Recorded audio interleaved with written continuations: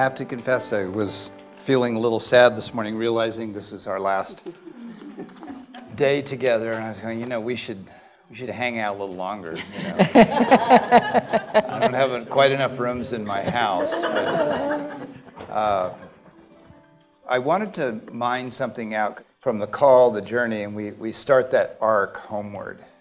And the return is actually the part of the journey that often is forgotten.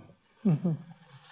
Because that's the point where we need to be witnessed by our community, to be whole in the initiatory experience. And I will only speak for myself, but for me this was a very initiatory experience. This is our 9th Chautauqua. It feels like our first in some ways to me. And maybe that's about endings and beginnings.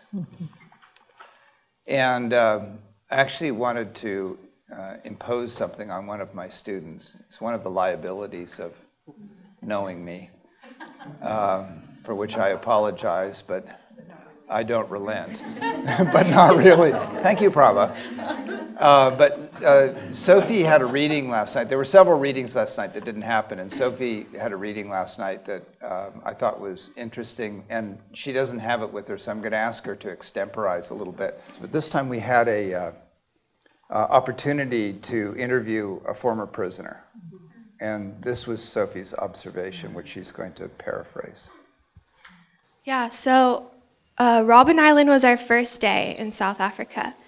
And I think it was actually one of my very favorite parts of the trip.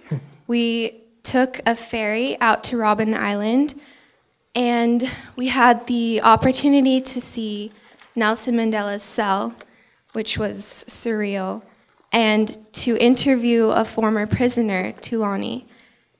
And we went there not really knowing what to expect, but we gathered around in this room, and Tulani starts off the day by getting down on the floor and showing us different ways that he was tortured and telling us this heartbreaking story of what he endured the years that he spent in the prison, and just horrible things that brought tears to a lot of our eyes as we were listening. And as he was telling us this story, he was strong, and he wasn't getting emotional, and I was just in awe at how he could be telling us all of these things and how brave he was to return to the very same place where all of this happened to him. And this prison is a huge part of his life. And then he proceeded to take us through the cells, and he actually owns the key that was used to unlock all of the prison cells. And as he was taking us through the cells, he opened Nelson Mandela's cell, and I'm sure you all know of Nelson Mandela's current condition. But he opens Nelson Mandela's cell, and he stops talking all of a sudden, and he starts crying. And we were all just standing there and watching this older man cry, and it was just so heartbreaking because you could see all of the emotions flooding back as he looked in the cell of his dear friend who now is in the hospital. And I just didn't know what to say. I was at a loss for words because I could not imagine returning to this place that holds such dark and horrible images for him. And he told us that the previous night he was having nightmares about Robben Island and everything that he'd endured, and his wife was telling him, "Oh, you shouldn't go, that'll be too hard for you." But he didn't want to break his commitment to SN in our class, so he came anyway. And he walked through the cells, and he kindly told us his stories, and he did it. And that meant a lot to me because I don't know if I would have the strength to even consider returning back to a place like that. I don't think I would ever want to go back there again. And But it made me realize that I think sometimes a return is what's necessary to heal from past experiences. And sometimes you have to face what it is that damaged you in order to heal from it. And I think that that was a healing experience for him, even though it was clearly very difficult for him to return to that place that holds such dark memories for him. But it made me realize that this man, he could have given up a long time ago.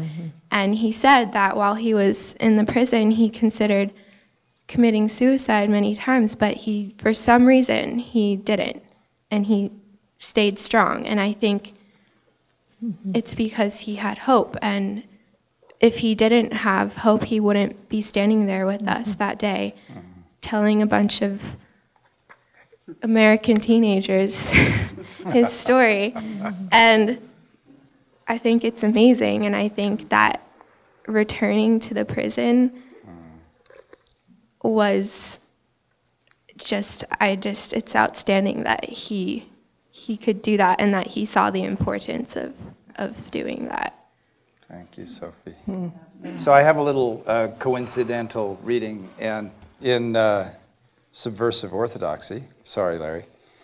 What critics like Roger Kimball don't get about the Beats in general, and Kerouac in particular, is that it's just as possible to be unhappy in a wonderful environment as it is to be hopeful in a difficult one. And that this capacity for unhappiness amidst great material plenty is not necessarily a symptom of ingratitude towards America's socio-economic gains, political liberties, or modern technological miracles. Human beings are not just organisms in environments or subjects within histories, but individual souls working out their own salvation amidst great worldly suffering and injustice. And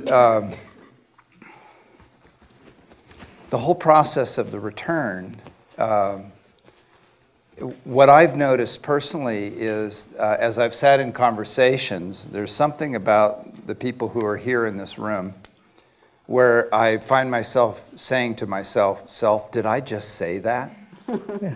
That there's a level of invitation to vulnerability where I find myself unedited, which is slightly frightening, and hard to do in a community where you're known.